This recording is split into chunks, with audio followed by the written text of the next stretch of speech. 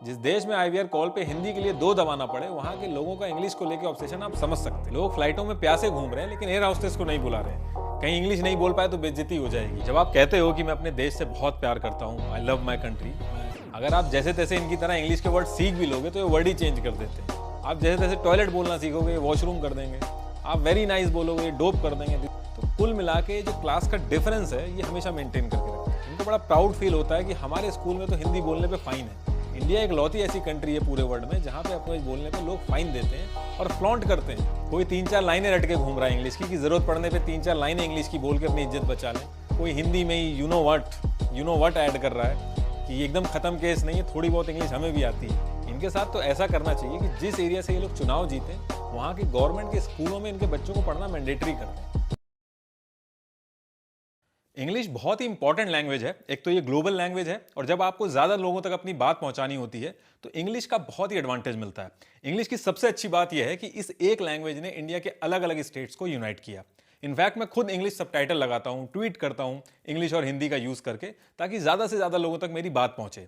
लेकिन इंग्लिश को लेके जो डिस्क्रिमिनेशन होता है, जो छोटे और बड़े का भेदभाव होता है, इससे मुझे प्रॉब्लम है। इस टॉपिक पे मैंने वीडियो बनाने का लास्ट वीक सोचा, जहां पे एक बहुत ही मशहूर सेलिब्रिटी ने अपनी स्पीच स्टार्ट करने से पहले बोला कि I am sorry, I will speak in Hindi, और उसके बाद उन्होंने अपनी पूरी स्पीच हिंदी में कंप्लीट की। देखिए, जब अंग्रेज इंडिया में आए तो उनको काम करवाने में बहुत दिक्कत आ रही थी, क्योंकि बिना कम्युनिकेशन के आप किसी से काम नहीं करवा सकते।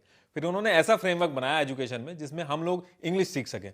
उन्होंने खुद हिंदी नहीं सीखी, बल्कि करोड़ों लोगों को इंग्लिश सिखाने का काम शुरू कर दिया, और हम लोगों को अपनी रीजनल लैंग्वेज के साथ साथ इंग्लिश लैंग्वेज की भी अंडरस्टैंडिंग आई, और आगे चल के ये एक लैंग्वेज से ज्यादा एक क्लास बन के रह गई इंडिया में। इंडिया की पॉपुलेशन है ज्यादा और जॉब से कम, और ऐसा नहीं है कि एक पर्टिकुलर सरकार की गलती है। आप शुरू से देखोगे तो जॉब की दिक्कत हमेशा से रही है, इसलिए बाहर की जॉब्स और काम पे हमें काफी डिपेंडेंट रहना पड़ता है। देखिए, अब आप बाहर की कोई जॉब करेंगे तो आपको बाहर की लैंग्वेज में ही कम्युनिकेट करना पड़ेगा। बाहर की कंपनियां हिंदी, तमिल, पंजाबी में कम्युनिकेट नहीं करेंगी। और हमारी रीजनल लैंग्वेज के अलावा हम जो सबसे ज्यादा क्लोज है किसी लैंग्वेज के, तो वो है इंग्लिश। और इसलिए हमने बाहर की कंट्रीज, जो इंग्लिश बोलने वाली कंट्रीज हैं, उनको software support, tech support, BPO वगैरह का सपोर्ट दिया हमने। इसलिए जो लोग इंग्लिश अच्छे से बोलते थे उनका डेवलपमेंट ज्यादा तेजी से हुआ। इंग्लिश बोलने वालों के साथ एडवांटेज इसलिए था क्योंकि इंग्लिश में कोडिंग करना, बाहर के क्लाइंट्स की रिक्वायरमेंट समझना या फिर कॉल सेंटर के थ्रू टेक सपोर्ट देना आसान होता था। धीरे धीरे सब समझ गए कि जॉब चाहिए तो इंग्लिश आनी चाहिए, और यहीं से ये क्लास डिफरेंस शुरू होने लगा। पुअर कम्युनिकेशन बोलना स्टार्ट कर दिया अगर कोई इंग्लिश नहीं बोल पा रहा है। एक मशीनरी की जॉब जिसमें इंग्लिश छोड़ो, बोलने तक की जरूरत नहीं है, उसमें भी एक हिंदी बोलने वाले को रिजेक्ट करके इंग्लिश बोलने वाले को प्रेफरेंस मिलने लगी। अगर मैं नेटिव स्पीकर्स की बात करूं तो इंग्लिश सबसे ज्यादा बोले जाने वाली लैंग्वेज नहीं है। पहले पे चाइनीज आती है, दूसरे पे स्पेनिश आती है, तीसरे पे इंग्लिश आती है, और चौथे पे हिंदी आती है। अगर आपको इंग्लिश नहीं आती तो इसका सिंपल सा मतलब है कि आपको कोई और लैंग्वेज आती है। हमारे प्रधानमंत्री यूएन में जाके हिंदी में भाषण देते हैं। इनफैक्ट दुनिया भर के लीडर्स अपनी अपनी लैंग्वेज में भाषण देते हैं, और कोई भी अपनी स्पीच शुरू करने से पहले सॉरी नहीं बोलता। कुछ टाइम के लिए मैं फ्रांस में था, तो वहां पे हर एक चीज फ्रेंच में लिखी होती है, और एक पॉइंट से दूसरे पॉइंट जाने में आपको काफी दिक्कत होती है। और ऐसे टाइम में आप ट्राई करते हो कि एटलीस्ट इंग्लिश, जो कि ग्लोबल लैंग्वेज है, उसी में कम्युनिकेट करो। वहां पे सबको इंग्लिश आती है, एटलीस्ट इतनी तो आती है कि अगर आप मैप में रख के कहो कि हेयर, तो इतना वो समझ जाए। लेकिन उसके बाद भी मेरी कोई हेल्प नहीं कर रहा। तो फिर वहां के जो इंडियंस थे उन्होंने मुझे सजेस्ट किया कि अगर आपको कुछ पूछना हो तो आप तुपा लॉन्ग ले, ये वर्ड ऐड कर दिया करो, और इसके बाद अगर आप पूछोगे तो आपको हेल्प मिलेगी। और मैंने यही चीज ऐड करी और वहां के लोग मेरी हेल्प करने लगे। इस लाइन का मतलब था कि आपको इंग्लिश आती है। अब आप समझ सकते हो कि इस तरीके से वो अपना कल्चर, अपनी लैंग्वेज को प्रिजर्व करके रखते हैं। ना चाहते हुए भी आज तक ये लाइन उन्होंने मुझे याद करा दी, और एक ऐसा माहौल बना दिया कि फ्रांस में अगर आप हो तो आपको फ्रेंच आनी चाहिए। और ये बात सही भी है कि जिस देश में आप पैदा हुए हो तो ये एक शर्म की बात है। लेकिन हमारे यहाँ दूसरा माहौल है।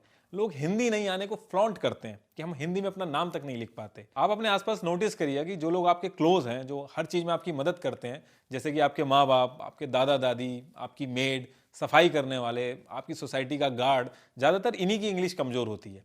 जब आप किसी की खराब इंग्लिश का मजाक उड़ा रहे होते हैं तो उस टाइम पे आप अपने घर वालों का भी मजाक उड़ा रहे होते हैं, और साथ ही साथ उनका भी मजाक उड़ा रहे होते हैं जो दिन रात आपकी सेवा में लगे हों। जब आप कहते हो कि मैं अपने देश से बहुत प्यार करता हूं, आई लव माई कंट्री, तो ये जो रीजनल लैंग्वेजेस हैं ये भी हमारे देश का ही पार्ट है। और जब आप अपनी रीजनल लैंग्वेज बोलने वालों को नीचा दिखाते हो तो एक तरह से आप अपने देश को भी नीचा दिखा रहे होते हो। आप अपनी जेब से एक नोट निकाल के एक बार ध्यान से देखना, उसमें 17 लैंग्वेजेस मेंशन है, और हिंदी और इंग्लिश को बड़े फॉन्ट में दिखाया गया है।